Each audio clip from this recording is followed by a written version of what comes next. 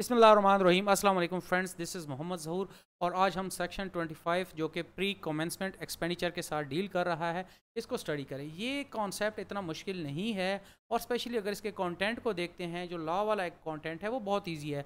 वजह यह है कि इसी तरह का कंटेंट हम डेप्रिसिएशन में से मुतालिक सेक्शन 23 में पढ़ चुके हैं और सेक्शन 24 में भी हम इसी तरह की चीज़ जो कि एमोर्टाइजेशन ऑफ इंटेंजिबल एसेट्स उसको हमने देखा था, वहाँ भी पढ़ चुके हैं। लेकिन कुछ लोगों को प्री कमेंसमेंट एक्सपेंडिचर के बारे में पता नहीं होगा। जो लोग बिज़नेस पढ़ चुके हैं या जिन्होंने बीकॉम किया हुआ है, दे नो वेल कि जब कोई नया प्लांट आप लगाते हैं, कोई फैक्ट्री लगाते हैं या और कोई इस तरह की नई इंस्टॉलेशन करते हैं, तो उसमें जो बिज़नेस को रन करना और उसको ऑपरेशनल करना, ये जो है ना काफ़ी अगले स्टेज पे होता है। उससे पहले आप काफ़ी सारे एक्सपेंडिचर कर चुके होते हैं। तो मिसाल के तौर पर अब आप एक नया प्लांट लगाना चाहते हैं, तो सबसे पहले तो आप फिजिबिलिटी स्टडी करेंगे और फिजिबिलिटी स्टडी के बाद आप देखेंगे कि यहाँ क्या फैक्ट्री लग सकती है, प्लांट लग सकता है। तो उसके बाद हो सकता है आपको कुछ लीगल एक्सपेंडिचर करने पड़े, मुख्तलिफ़ जगह से आपको लाइसेंस लेना पड़े। तो उसके बाद जब ये चीज़ें हो जाएंगी तो फिर आप वो जगह एक्वायर करेंगे। आल्दो जगह को जो एक्वायर करते हैं या जो ख़रीदते हैं, वो आपके प्री कमेंसमेंट एक्सपेंडिचर में for the purpose of this ordinance शामिल नहीं होगा, अदरवाइज़ वो शामिल होता है। यानी कि अगर हम बिज़नेस पॉइंट ऑफ व्यू से बात करते हैं तो फिर ये उसमें शामिल होगा, लेकिन टैक्स में आप इसको क्लेम नहीं कर सकते। उसके बाद फिर वहाँ ज़ाहिर आप रोड्स लेके आएंगे ताकि भाई आपके जो गाड़ियाँ वगैरह आएंगी, तो वो आपका जो मशीनें आएंगी और इसके अलावा जो है आपके जो है मटेरियल आएगा, तो वो डेफिनेटली रोड्स के थ्रू आएगा। आप रोड बनाएंगे और उसके अलावा और जो है ना वहाँ जो है ना बाउंड्री बनाएंगे, प्लांट बनाएंगे और उसके अलावा जो है ना मतलब ये हुआ तब तक आप बिजली वगैरह के, गैस वगैरह के कनेक्शन लगाएंगे। तो यानी कि बिज़नेस के स्टार्ट होने से पहले आप अच्छे खासे एक्सपेंडिचर कर चुके होंगे। इस तरह के एक्सपेंडिचर को हम प्री कमेंसमेंट एक्सपेंडिचर कहते हैं। अब इसको सेक्शन को हम बाकायदा से पढ़ते हैं। Sub section 1 of section 25, a person shall be allowed a deduction for any pre commencement expenditure in accordance with this section. अगर किसी शख्स ने प्री कमेंसमेंट एक्सपेंडिचर किया हुआ है तो उसको एक डिडक्शन अलाउ होगी, और वो डिडक्शन कैसे अलाउ होगी, कितनी अलाउ होगी, इसको हम वो इस सेक्शन के तहत अलाउ होगी जो कि हम आगे जाके पढ़ेंगे। Sub section 2, pre commencement expenditure shall be amortized on straight line basis at the rate specified in part 3 of the third schedule।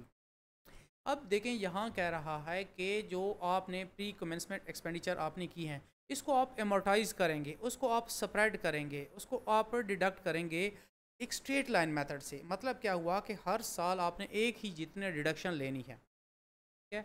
और उसमें से ये होगा कि ये रेट कौन से रेट कहाँ से मिलेगी, क्या हम अपनी मर्ज़ी से लगाएंगे या हम उसकी लाइफ को देखेंगे, ऐसी कोई बात नहीं है। हम सीधा पार्ट 3 ऑफ थर्ड शेड्यूल में जाएंगे, वहाँ रेट दिए हुए हैं और उन्हीं रेट को हमने फॉलो करना है।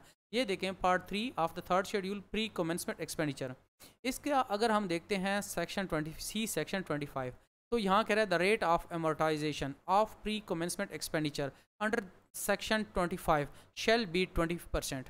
के प्री कमेंसमेंट एक्सपेंडिचर जो कि सेक्शन 25 में लिखे हुए हैं, उनके लिए जो रेट होगा वो 20% होगा। 20% का मतलब क्या हुआ कि फ़र्ज़ करिए कि आप एक प्लांट लगा रहे थे और उसके जो टोटल प्री कमेंसमेंट एक्सपेंडिचर थे वो थे 25 लाख थे। तो उसका 25% आपको फर्स्ट ईयर अलाउ हो जाएगा, 20% सेकंड ईयर, 20% थर्ड ईयर। अब 25 लाख का 20% बनता है 5 लाख। तो 5 लाख पहले साल। अब अगले साल के लिए ऐसे नहीं करेंगे कि भाई 25 lakh total pre commencement expenditure थे, उसमें से 5 लाख माइनस हो गए तो 20 लाख रह गए। तो 20 लाख का 20% ऐसे नहीं होगा। टोटल वैल्यू का हर दफ़ा 20%, यानी कि हर साल आपकी डिडक्शन एक ही जैसी होगी, 5 लाख 5 लाख 5 लाख 5 लाख, जब तक ये ख़त्म नहीं हो जाता। The total deduction allowed under this section in the current tax year and all previous tax years in respect of amount of pre-commencement expenditure shall not exceed the amount of the expenditure। अब बात यह है कि आपने इस साल जितनी pre commencement expenditure का डिडक्शन क्लेम किया है और जितना डिडक्शन आप पिछले सालों में ले चुके हैं, ये इनको अगर हम टोटल करते हैं तो कहीं ऐसा ना हो कि वो टोटल जो प्री कमेंसमेंट एक्सपेंडिचर था उससे ज़्यादा हो जाए। जिस तरह के हमारे केस में प्री कमेंसमेंट एक्सपेंडिचर जो था वो 25 लाख था। अब आपने इस साल 5 लाख किया कि पिछले साल भी 5 लाख, पिछले साल में भी 5 लाख, और बाद में पता चला कि आप तो 30 लाख का प्री कमेंसमेंट एक्सपेंडिचर का डिडक्शन ले चुके हैं। ऐसे नहीं होगा, आपके टोटल प्री कमेंसमेंट एक्सपेंडिचर से ये ज़्यादा नहीं हो सकता।